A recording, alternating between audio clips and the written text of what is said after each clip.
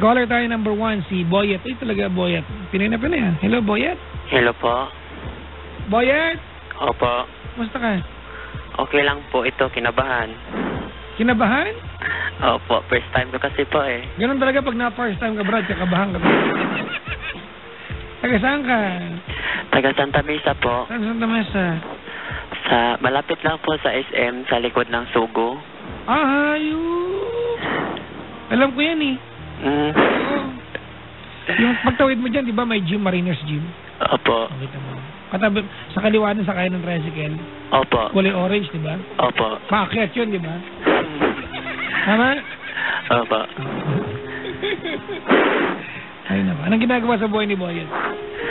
Ano po, nagtatrabaho po. Anong trabaho ng Paps? Parang ano po, parang all around po. Parang house helper. Opo, ganun po. Nandiyan ka ba sa amo mo ngayon? Opo.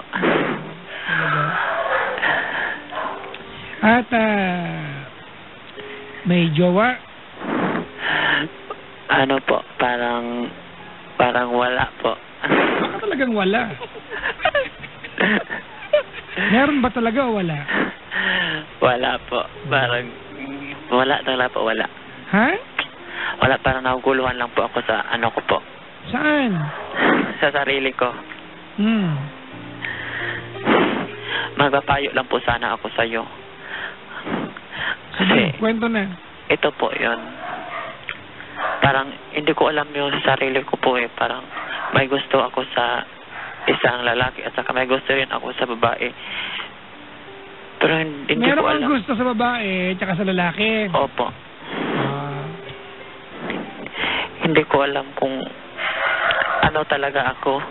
Naguguluhan na po ako kasi ako eh. Okay. Kasi kumalma ka muna ha. Huwag ka ng ano. Okay, tapos ganun. Parang maghingi sana akong payo sa iyo kung anong dapat kong gawin. Okay. Alright.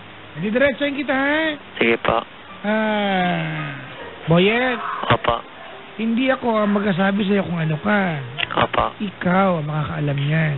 Opo. Hindi mo pwedeng iasa sa ibang tao, di ba, kung paano at kailan Opo. alamin yung totoong pagkatao mo. Hindi Opo. pa pwede yan.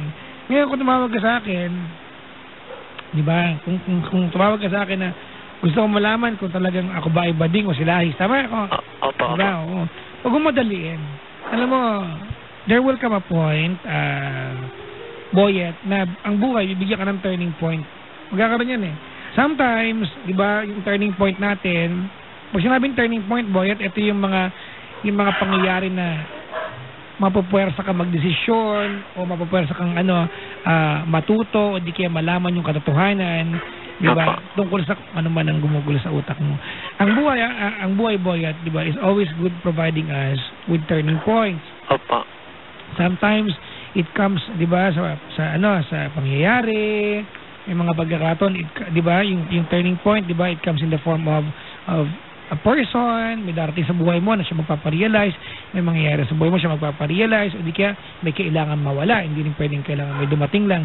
So, life will always provide us with turning points. So, kung tumawag ka sa akin ngayon at ang gusto ko, Papa Jack, gusto ko malaman ano yung pagkatao ko, hindi ko kaya sabihin sa yan. Kung ngayong gabi naguguluhan ka at hindi mo alam, huwag mong pilitin. Wala ka naman po na nagbutan sa ibang tao yung paliwanag kung ano ka, kung sino ka. Hindi mo kailangan paliwanag kahit kanino yan. Pagkatao mo yan. You are never answerable to anybody. That is your identity and your personality. You are not supposed to explain that. Hindi mo kailangan ipaliwanag yan kahit kanino. So, okay lang yan. Huwag ka mga problema. Pagkatao mo yan. Opo. Sige po. Salamat po, Papa Jack. Mo? Opo. Thank you po sa payo mo. Ha? Thank you po. May naitulong ba ako? Opo. Ano tulong ko?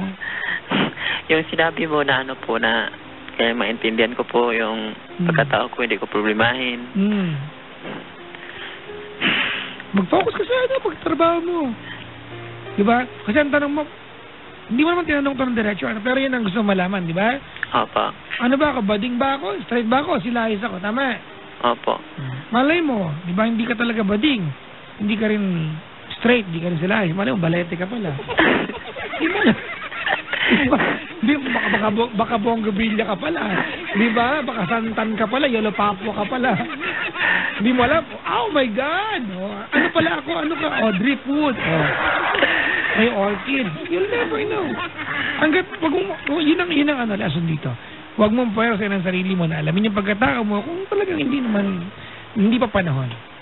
Wala namang dapat ipagmadali. Naintindihan mo? Ano po, sige po. Okay lang? Okay lang po. Okay na. Okay po, sige po. Kinakabahan ka ba ng gusto? Pag first time kong tumawag eh. Kinakabahan ha? Oh, wala namang masama, di ba? Opo, wala po kasing masama eh. Thank you po sa tayo po, Papa Jack, at saka sa pagsagot po sa akin. Napasalamat po ako sa iyo. Okay, sige, maraming salamat. Sige po, salamat po. Thank you very much for calling the show. Sige po, thank you po. Thank you po. Always po talaga ako nakinig sa iyo kasi idol na idol kita, Papa Jack. Salamat sa pagtawag, ha? Sige po, thank you po. Ibaba ko na po. Gusto mo, iakyat mo pa yan. Sabi siya. Salamat. Okay, thank you po. Salamat. Salamat. Mga kaibigan, that's our first caller, si Boyet ng Dako Paroon.